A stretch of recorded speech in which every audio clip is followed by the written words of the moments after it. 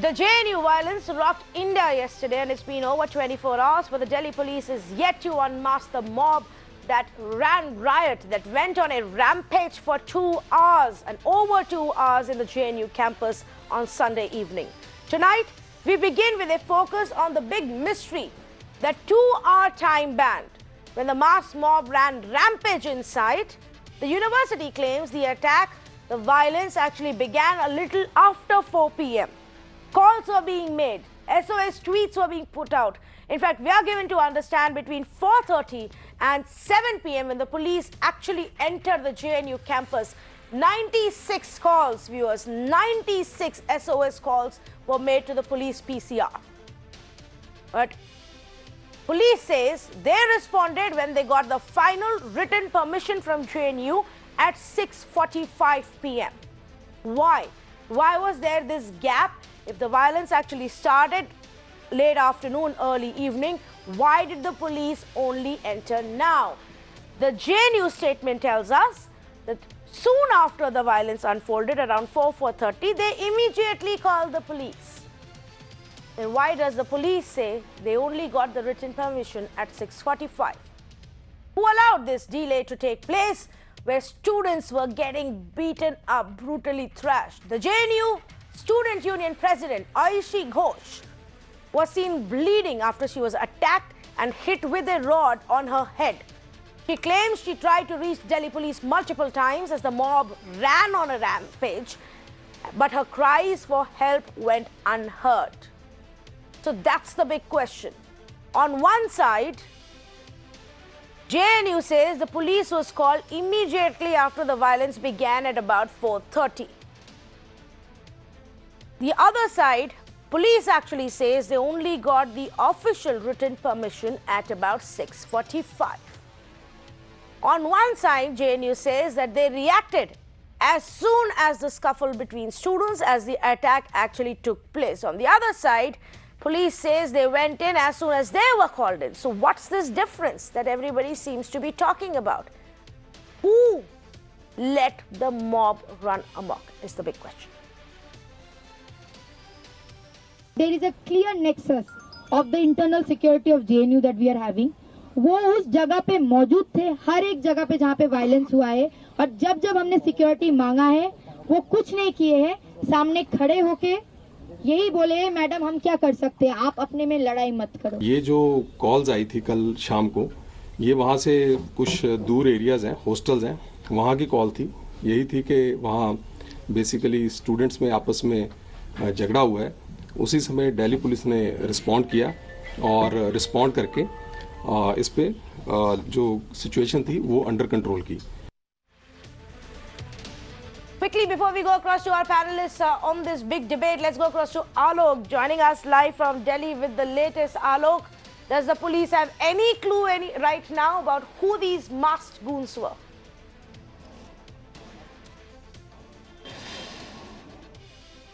Well, Tanvi, as of now, police has not able to identify any of those accused who were in fact involved in that vandalism. Remember, in the 2 hostels that the vandalism happened, and in fact, more than 40 to 50 persons, they were in the muffled face. They indulged in vandalism. They beaten up various students. More than 30 students got injured. As of now, the police has registered a case under various sections that includes the rioting and property damage, government property damaged. Under this section, the case has been registered and the probe has been given to the crime branch. In fact, today, crime branch officials also came at the JNU, where right now I'm standing. They went inside. They, in fact, collected the evidences. They talked to the student. However, the police, that local police that they had registered the case, they also, in fact, took the statements of the students who got injured as well as those who witnessed the whole incident. So, as of now, police is, with the help of the CCTV footages, with the help of the mobile recordings, police is trying to identify those goons, those persons who got entry inside the campus. The important point here is, Tanvi, that despite knowing all these things, that the tension is simmering inside the campus, the JNU administration took time to act upon. And not only that, the police also took time to act upon. There were 40 students, 40 persons who were completely on the rampage mode, and they were doing it for more than 1.5 hours. And later, after that, the police acted. They were just waiting the response from the JNU administration. They wanted the written response from the JNU administration so that they could get in. So All that right. is what all had happened. So that is the result of 34 students got injured. Back to you. All right, Alok, we're going to keep coming back to you for more and more updates. Thanks so much for joining us. So now let's say good evening to Sai Balaji, former president of the JNU Student Union, joining me in our Mumbai studio. Shantanu Gupta also joins us from Noida. Anima Sonkar, Delhi Joint Secretary for AB, VP and a PhD scholar at JNU. I also have Mr. B.L. Vora, former DGP. Umar Khalid, alumni of JNU, also with us this evening. First up, I actually want to go across to Professor of JNU, Shukla Sawant, joins us this evening. Good evening, and thank you for joining us. I'm given to understand that you were present when this incident began to unfold yesterday. Can you tell us what really went on in the JNU campus on Sunday evening?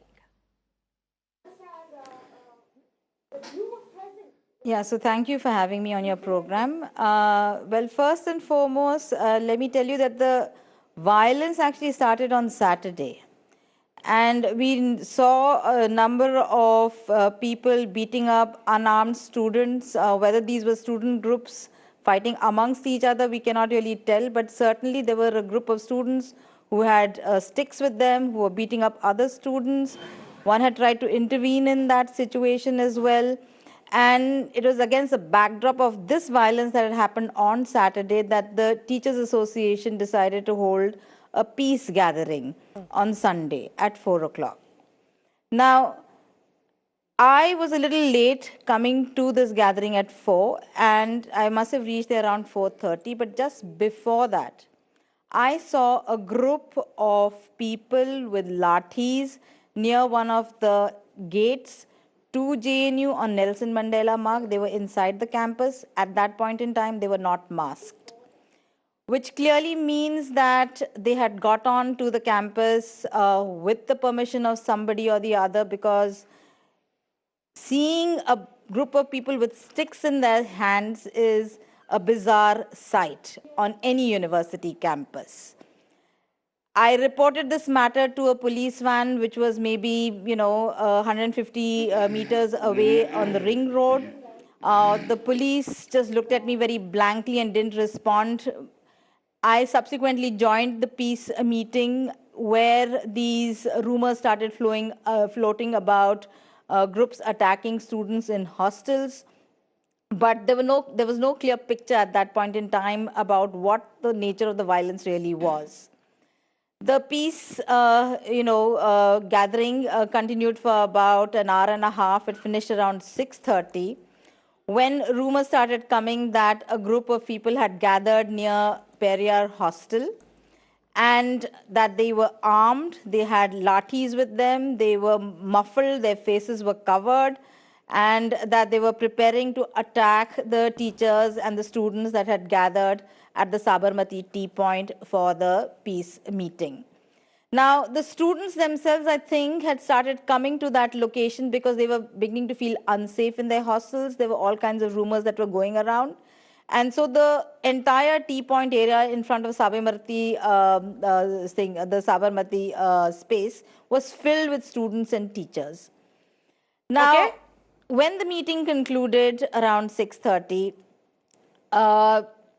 we saw that, one of our faculty members, Ahmed, he proceeded ahead of the rest of us to just look at what this, mob was all about, whether it really was their gathering near the Periyar hostel or not. And suddenly he came rushing back to us. He had gone there on his bicycle. He came rushing back to us and said to us that he had just been beaten up and that he had just stopped in front of this mob to take photographs when he noticed that it looked really odd to see people armed with lathis standing over there. And when he took photographs of this mob, they basically circled him. They made him delete the photographs, and they started beating him, suddenly he dropped his bicycle and he ran back to us. We were maybe 100 meters away, and told us that, you know, this mob was now going to come and attack us. We were really surprised, and as there were a number of women faculty over there, we decided to kind of form a human chain, because we just did not feel that this mob would attack, you know, women, elderly faculty. But, you know, the shock of it all was that when the mob started moving towards us, first they started pelting us with stones. And the first onslaught of stones led to one of my colleagues who was standing right beside me, Sucharita Sen. She was hit on the head. She fell to the ground. And as she fell to the ground, another colleague of ours, Shagata Baduri, he started being brutalized by the crowd, by the mob that had now reached there. And he too fell to the ground. I was hit by a stone on my head. And because I wear glasses, I turned my back because I didn't want my spectacles shattering in my face, and I received a blow on my back. And this mob was on everybody after that. It was just hitting anything and everything in sight. If I can ask you, Professor. There was a whole row of vehicles over there. They started smashing all the vehicles. Professor Samant, if I can ask you, like you said, you know, there was a considerable amount of time between when they finally reached you all and started hitting you. And I think I know the point that you're referring to, because we have some of the visuals that have been put out, literally show them walking towards this group of teachers who were protesting. Between the first time you saw them and this time, you know, how many attempts were made to call the police in, or to tell the JNU administration, to tell the Vice Chancellor that there are masked men with rods and women with rods roaming around on the campus? The big question I'm trying to get answered is, why didn't the police act sooner?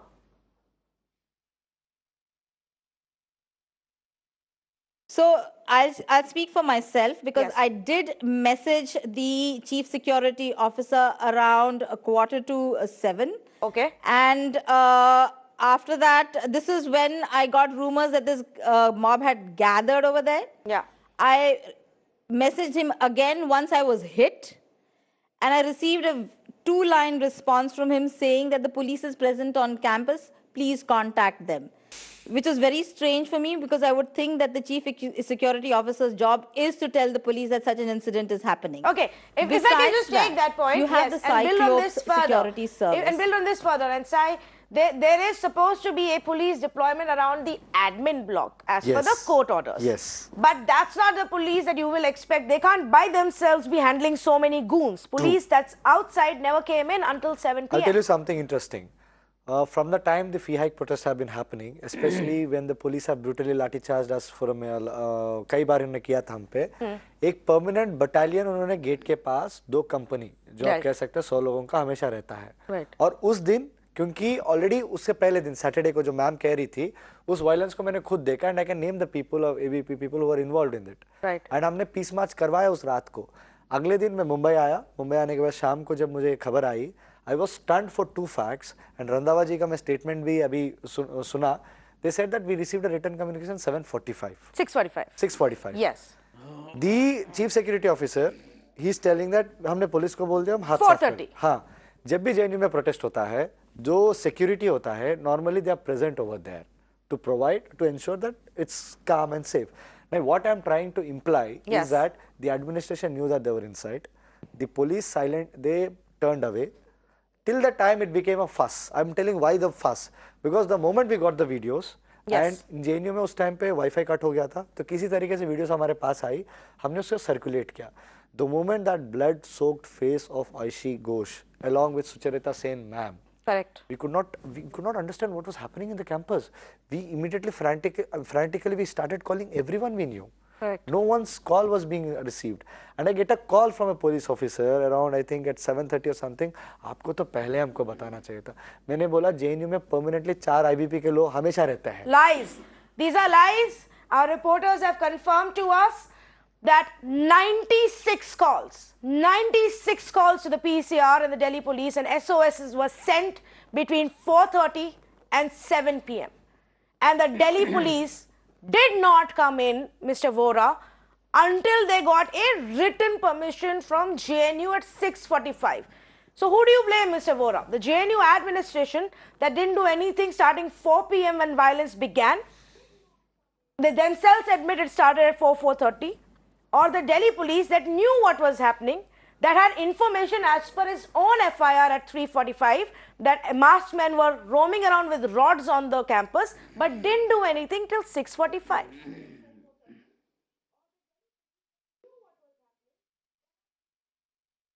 Firstly, I would say that the goons who did all this crime is very shameful and they should be brought to book. Now, talking of the police, see, we will have to, first, best thing will be to hold an inquiry into the matter. CP Delhi has given it to the crime branch. Now, here, if the SOP of the university says that police will not enter unless written permission is given, unless they are asked in writing to come, police naturally cannot enter just on PCR calls. See, because there are a lot of problems with difficulties one can say in handling the situation in the universities. Because even if something is happening, the police will not go suo moto because that is not allowed.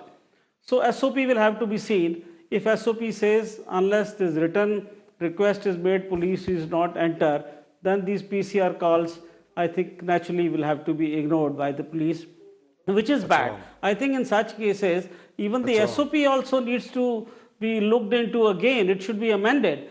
The point is, if there is violence, the moment the police gets information by PCR calls, they should immediately come in. Correct. Now, second, how much police strength was there just outside the gates will have to be seen, because it will depend. See, if suddenly there's a mob of coming from Khazan Singh Academy gate, people entered. That is what some reports are saying.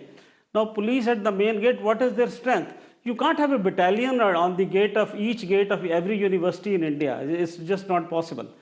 So somebody just said there was a battalion. A battalion, of course, means 1,000 people. It is not so. Then he said, well, he says there are, Sai Balaji says there are about 100 of them deployed there, knowing how infamous and notorious JNU students can be. Perhaps that's why they're there, Mr. Vora. Unfortunately, when they were needed inside the campus, they didn't enter at the right time. I think the PCR thing has to be clarified. Yes. Whenever we make a PCR call, Yes. there's a fight in a hostel, but how or can there's they enter on their own? A PCR van comes is, inside JNU without the permission of the Vice Chancellor. This is a standard point is protocol that- that So has been there. I think Sai Balaji is just clarifying on the point that you've raised. You're saying? Yes, whenever there is an SOS call, a PCR van immediately comes without the permission of the Vice Chancellor to take stock of the situation. And after that, after informing the security, then the police takes a decision whether they should send the force or not. But because the right is there with the individual, whenever there is an SOS call of any kind, the PCR van comes inside. Okay. This is a fact, and if this is the data that 96 calls have been made. If I have to go as per the FIR that has been filed by the Delhi police actually says that जो समय करीब 3:45 PM पर inspector को इत्तला मिली कि कुछ students JNU के Periyar hostel में इकट्ठा होकर मारपीट और तोड़फोड़ कर रहे हैं. It actually goes on to say कि वो इंस्पेक्टर उस समय वहां पे गए पेरियार हॉस्टल और वहां there were about 40 to 50 unknown individuals who were resorting to violence and who had masked faces, and when this inspector, who was deputed near the administration block, reached there, they ran away. Now, if as per Delhi police's own admission, this happened around 3:45-4 PM, why did the Delhi police still feel the need till 4 PM, Umar Khalid, to wait till 7 PM to enter? I don't understand. They were very, very quick to enter when things were getting out of control in Jamia University just a few weeks ago. I think the word we are looking for is complicity. I mean, what you have said in terms of the JNU Vice Chancellor not giving them a written order. If JNU Vice Chancellor has not given them a written order to enter, despite knowing very well the situation and the attacks, the kind of attacks on JNU students and teachers, then the JNU Vice Chancellor should take moral responsibility if he has absolutely any shame left and step down. The second thing is that if the mob had entered the university, and actually I was talking to another channel last night when all of this was happening and the journalist was present inside the university. And the journalist said that I can see the mob gathering outside Kaveri Hostel, and there is not a single policeman inside, and all the policemen are outside. And anyone who was trying to enter into JNU, I mean, the civil society activists who had gathered people like Yogendra Yadav and the rest, they were being stopped by the police from entering JNU to actually for civil society to intervene and ensure that things don't escalate.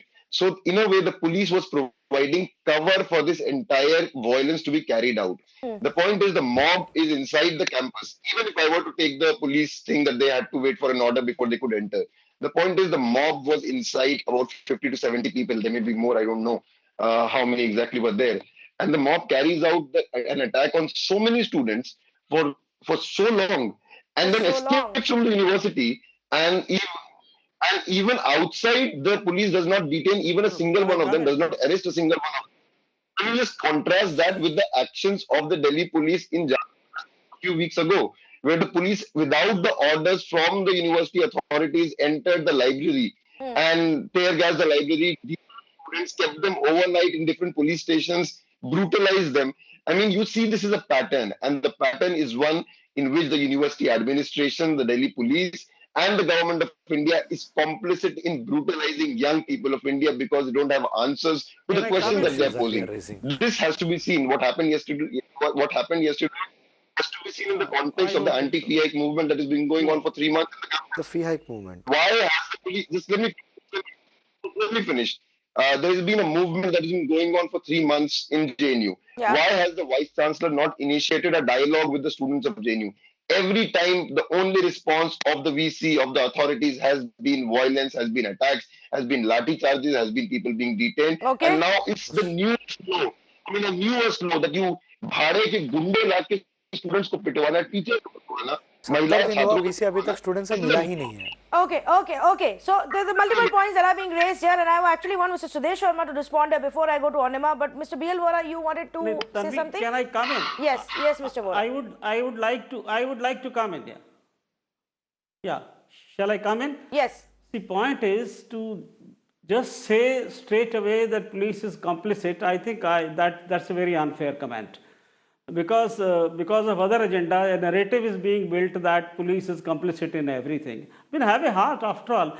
And everywhere, what I'm saying is, hold a judicial inquiry. Yeah, we should have an heart out for Delhi police. Find out what are the facts, and then come to a conclusion. No, but Mr. Vora, here is the basic point, okay? JNU in and all that. Yes. The Vice Chancellor and other. Yeah. But it's a fair question to ask, right? Because the Delhi police's FIR itself admits they knew there were masked men, there was violence, their own men on ground could see violence unfold, vandalism unfold, and the police outside was not entering. Now, if the police was so by the book and so much following the SOP, then what happened to the same SOP when they passed into the library of the Jamia University? I'm just saying the rules have to be the same, Mr. Vora. The rules cannot be different for when you have to enter the Jamia University and pick up people and drag them out, and when it is the JNU. Can I ask a simple question? You have to ask Delhi police. How did they get out of the university when police was present and all this? The mob. Why couldn't they nab them when the mob was leaving the gates? Okay, one at a time, please. One at a time. Umar, I think because you're on Skype connection, we won't be able to hear you when somebody else is talking. I'll come to you in just a bit. Yes, Mr. Vora. I am saying it is very unfair to straight away blame the police and call it complicit in everything that is happening. I think this is not a very fair comment. On the basis of what you are saying, I am saying let the inquiry be held. If police is to be blamed, if it is at fault, surely people must be punished for that. But a narrative is being built. I think now there is a pattern which is emerging, is that for everything you blame the police and say it's complicit with a particular political party. I'm not taking any side as political parties are concerned, but as a policeman, let's get Mr. Sudesh Sharma in and ask him, Mr. Sudesh Sharma. Hold an inquiry and don't straight away call it black. Mr. Sudesh Sharma, should there be an inquiry against the Delhi police and the JNU administration? For over 2 hours, almost 3 hours, violence unfolded. Over 30 people, students and teachers were seriously injured and taken to the hospital. Should we not ask questions of even the JNU administration? What were they doing for 3 hours? The should be removed. Of course. No, inquiry should be into the entire incident, including JNU administration, including police, including those who... Yes, Mr. Vora, if I can take that question to Sudesh Sharma of the BJP. Yes. At the level of Joint Commission of Police, an inquiry has already been set up.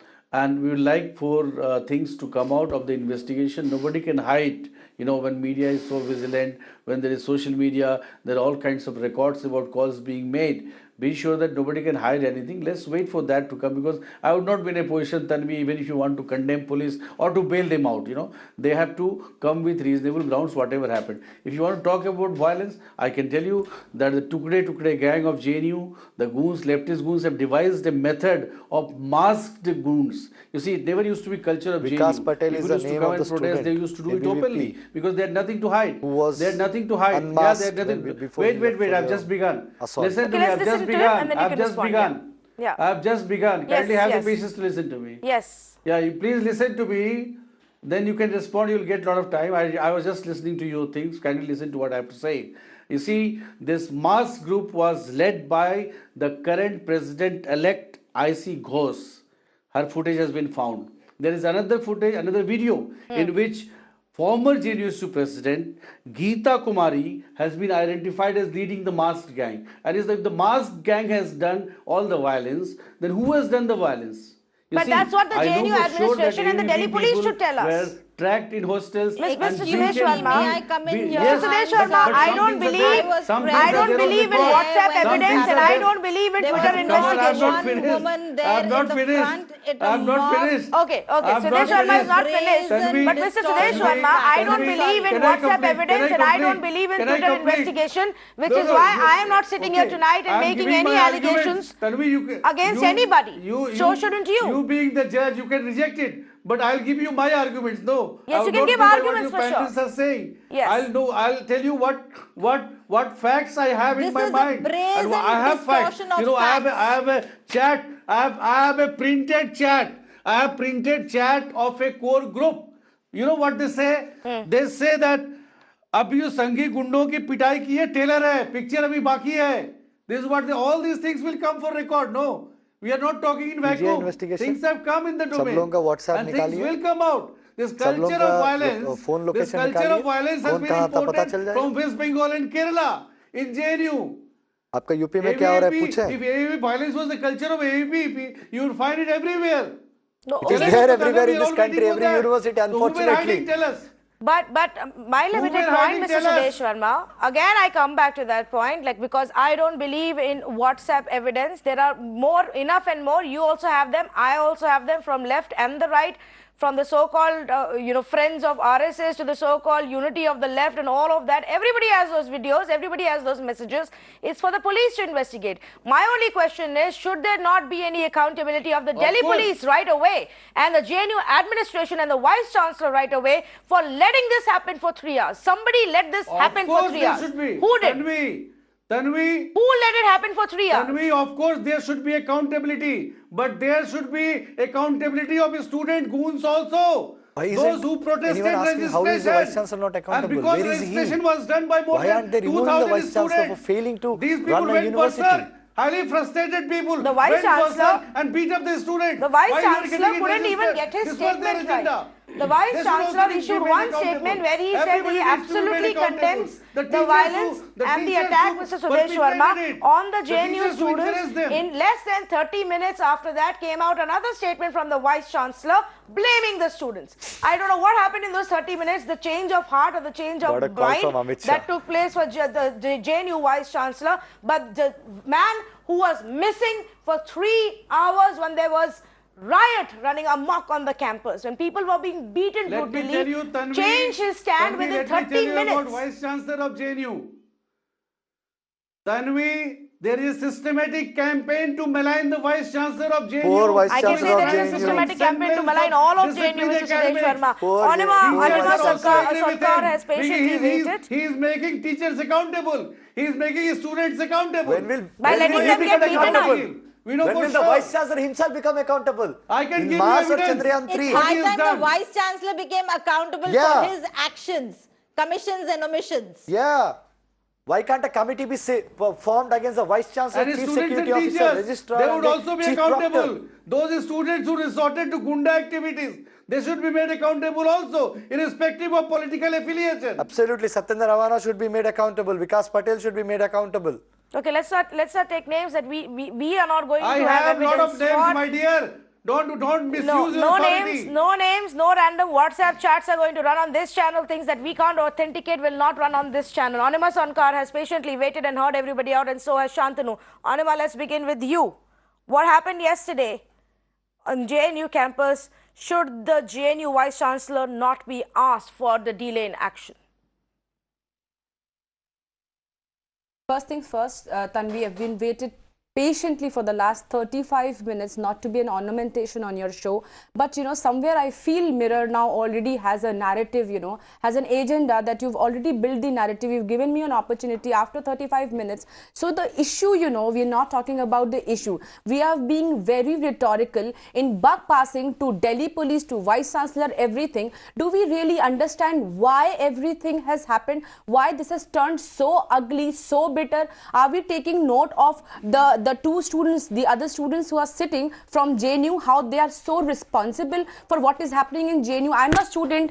I'm terribly petrified. The name of the JNU has been maligned, and who's responsible? Not Umar Khalid, not Sai Balaji, not Aishi Ghosh, the present JNUSU president, who has actually led the, if Mirror now has not got this video, I'll take up it with you to show to your viewers, to India, that she has been leading the masked men. Now, somebody was talking about the backdrop of what has happened yesterday. I will tell you what has been happening for the last 3 days.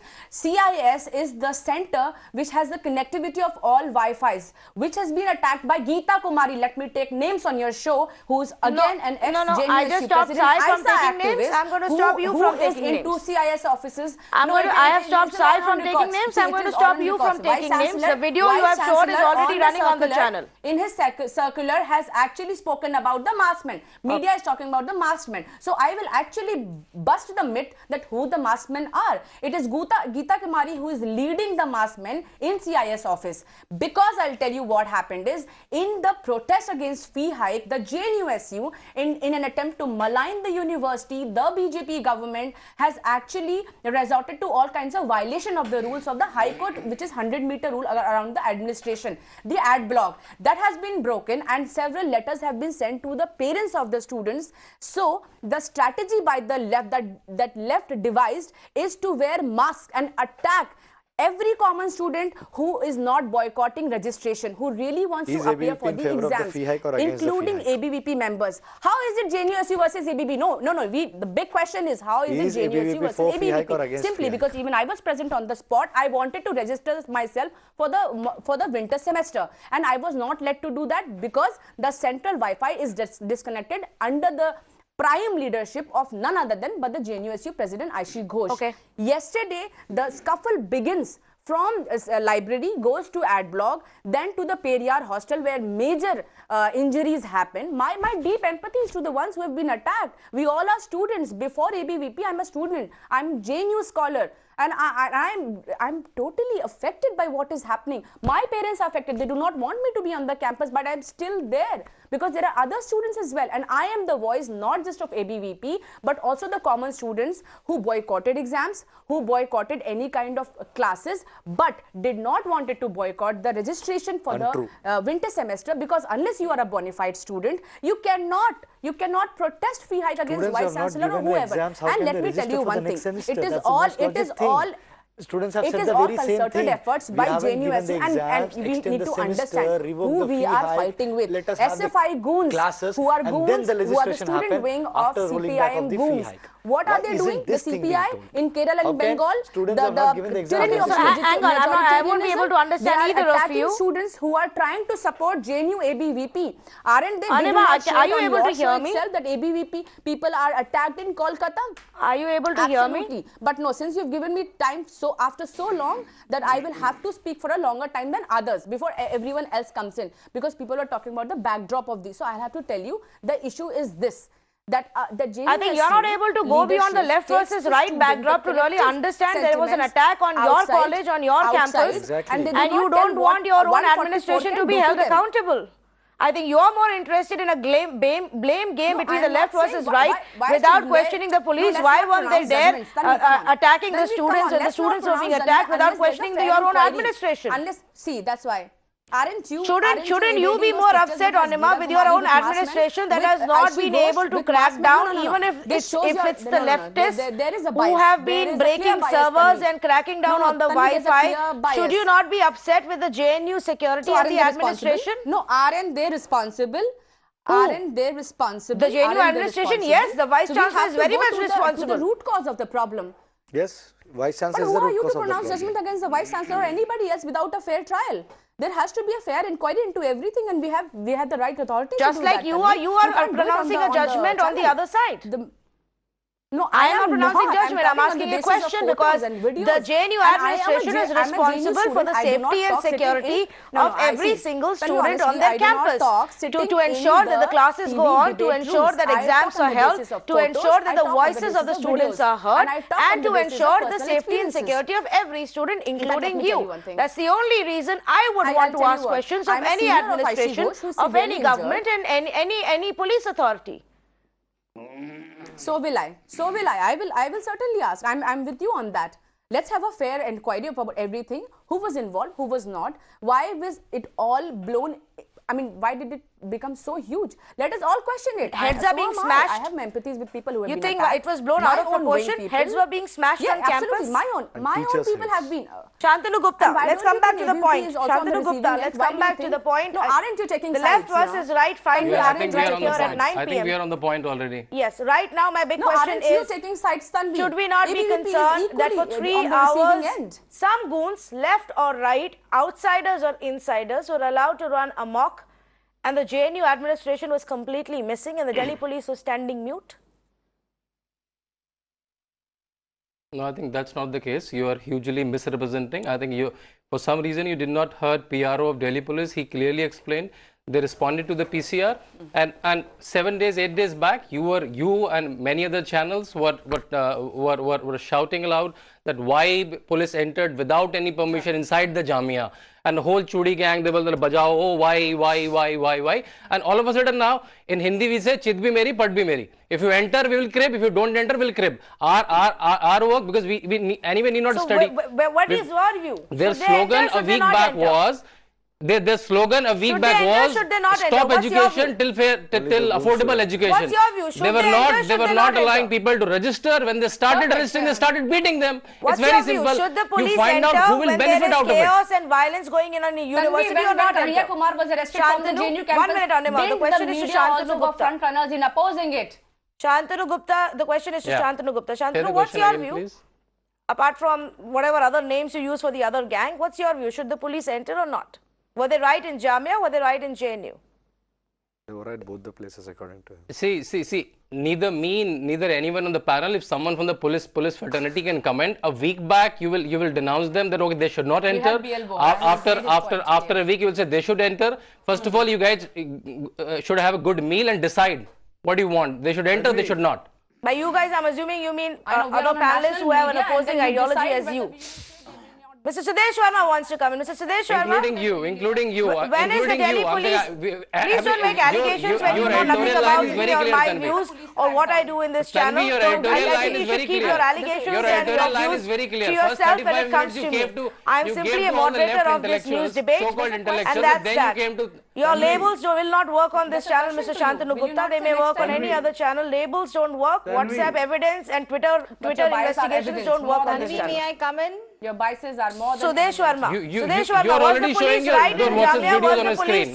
So don't have double standards. You are already running those WhatsApp videos on a screen. So don't show this extra morality. Was the police right in Jamia? Was the police right in JNU? Sudesh Sharma. Tanvi. Yes. Tanvi, I told you in the beginning also that we'll wait for the report to come because I'm not in a position to take a position either against the police or in favor of the police. So you can say that we are neutral now. We'll wait because we hope that police should act whenever police needed to act. But now I'm giving you additional input that will help your viewers to analyze. You know, who were the people who opposed the installation of cameras, CCTVs in the campus? If you ask, then it was the ISA. It was the NSUI that actually opposed installation. Why they opposed? Why they opposed? Only necessary. Why they opposed? In the administrative block, you can take out the judgment. Sairam can stop his running commentary. They didn't want their activities to be recorded. Sai Balaji. And I can tell you Mr. that Sai former Balaji can President stop his running commentary, please. to ISA has become member of Congress establishment. Has become member of Congress establishment. So ISA is working as a recruitment ground for Congress. That is why you see Surjewala coming with such a statement. So when you were working for the Shiv Sena, yeah, okay. Sandeep saying then all those people are there. Okay, Umar Khalid had a point. Go ahead, please. देखिए मैं बस एक दो छोटे सवाल और दो छोटे पॉइंट बोलना चाहूंगा जो बीजेपी के और एबीवीपी के लोग हैं उन्होंने बोला आयशी घोष इस पूरे मॉब को लीड कर रही थी तो बचाने गई थी अगर उनकी फेरी टेल को बिलीव किया जाए तो आयशी घोष इस मॉब को लीड कर रही थी फिर उसी I am very precise let me finish you will answer me I am asking you a question so Aishe Ghosh ने मास्क मैन लीड किया और मास्क मैन से फिर अपने आप को ही पिटवाया अपना सर फुड़वाया और अपने आप के स्टिचेस लगवाए तो ये कहानी मानना बहुत मुश्किल है दूसरी बात पुलिस बदनाम करने के लिए अरे आप लोगों ने पिटा होगा because of mask Umar Khalid again we are not going to be judging anybody that one of you must have been there. Calm down.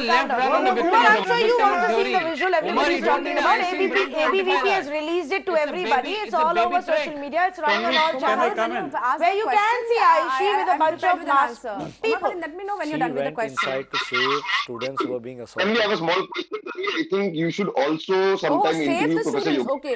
So actually, and Sai Balaji, don't teach me the body language, okay? She is actually profiling the ABVP residents of Periyar Hostel and the body language speaks volumes about it. No. The body language of Aishi Ghosh speaks volume about what is she indicating. Saving the students. No. Saving the students, leading the masked men. Who started the masked men strategy? You tell me. When you are telling it's masked men, how did the woman come in that place? If I say which means either you are lying. Let's just say masked mob. There were men and women on both sides. We don't know left or right for sure. Yeah, 30 seconds, Umar Khalid, before I go to Professor Shukla. Just trivializing and laughing in the whole debate. I don't know why. Finish my question.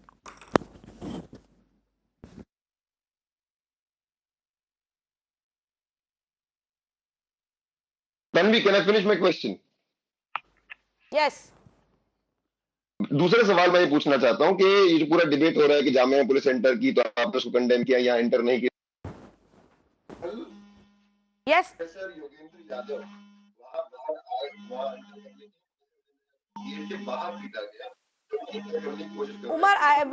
Umar, we seem to have lost the audio line with you. We're going to just fix that connection with you. I've lost the audio line. I can't hear Umar Khalid right now, but let me just quickly go across to Professor Shukla. Professor Shukla, the last question to you one more time. The time band between 4:30 and 7, who do you hold responsible? Is it the Delhi police or is it the JNU administration? Because the police is quoting protocol to us. They only got the written permission at 6:45 to enter the premises.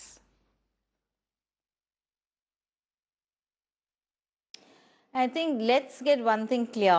The JNU administration recently also replaced its own internal security system and brought in an agency called Cyclops, which is largely run by ex-servicemen.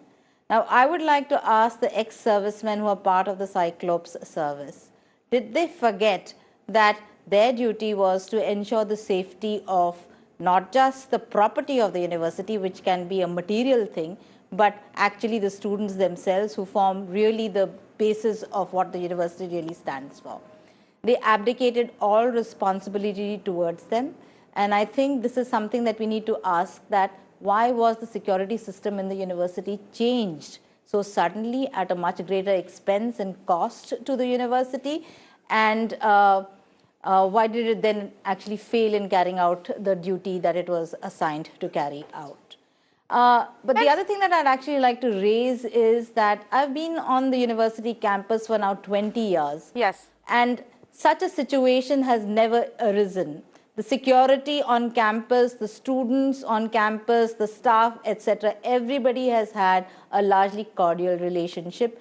For the last 20 years that I've been there, I've never seen any kind of a strife as such between these different agencies. So what really has happened on the university campus that has allowed such a situation to arise? And I think that is that all the democratic processes that had been put into place for over 30 years to ensure participatory decision making. These have been set aside, and that's really the reason why there is now this rising strife on every issue in the university campus. Let me take that point actually to Shantanu and get in a quick view. Shantanu, do you have a view on why this is happening more right now?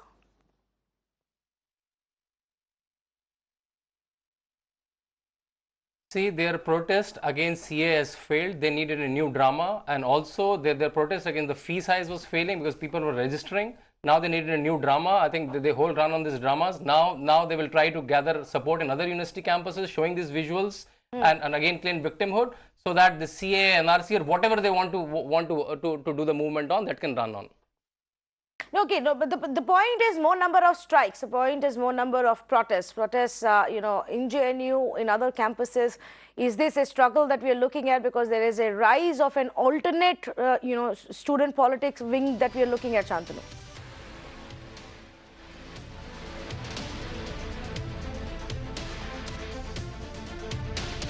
Violence is the new face of the student politics. Like BHU, maybe the student politics will go down in UP. In many of the colleges from last 20 years, elections are not happening.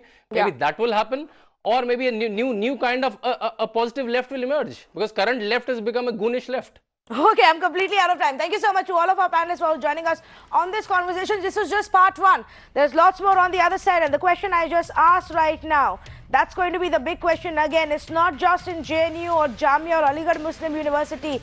Today, as we speak, in about 11 different cities, 12 different university campuses and lot more of colleges, there are students who are protesting, showing their solidarity towards JNU. 2 weeks ago, there were similar protests in the name of a protest against CAA and NRC. What's going on? Even in a city like Mumbai, that had banned student politics for the last 20 years, today we see students out on streets. Hashtag Occupy Gateway has been trending all day long with hundreds of people visiting that area. That's the big question. What is going on? What's agitating the youngsters of our country? This left versus right politics, is it further dividing students or redefining student politics in our country? Going to take a very short break. We'll be right back with lots more. Stay with me.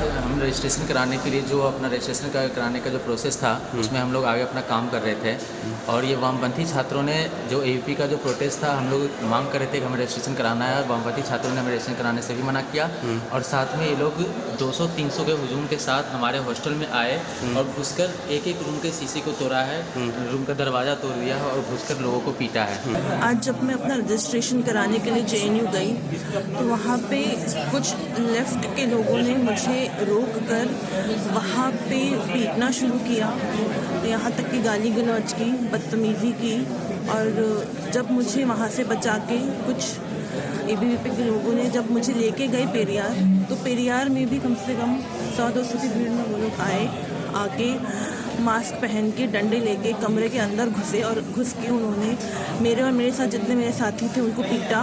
मैं जिस कमरे में था उसको इतना बुरा, मतलब लोहे की रोड से पत्थर फेंक के पूरा कमरा तोड़ दिया, और मेरे हाथ में बहुत चोट आई है, पूरे बदन में चोट है।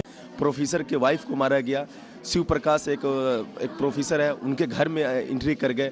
जब वो बताया कि मैं प्रोफेसर हूँ, तो वहाँ पे फिर मारने के बाद वो सॉरी बोल करके निकले कि मुझे पता नहीं था कि ये वो प्रोफेसर। ज़्यादातर बच्चे जा रहे हैं क्योंकि सब बहुत डर गए।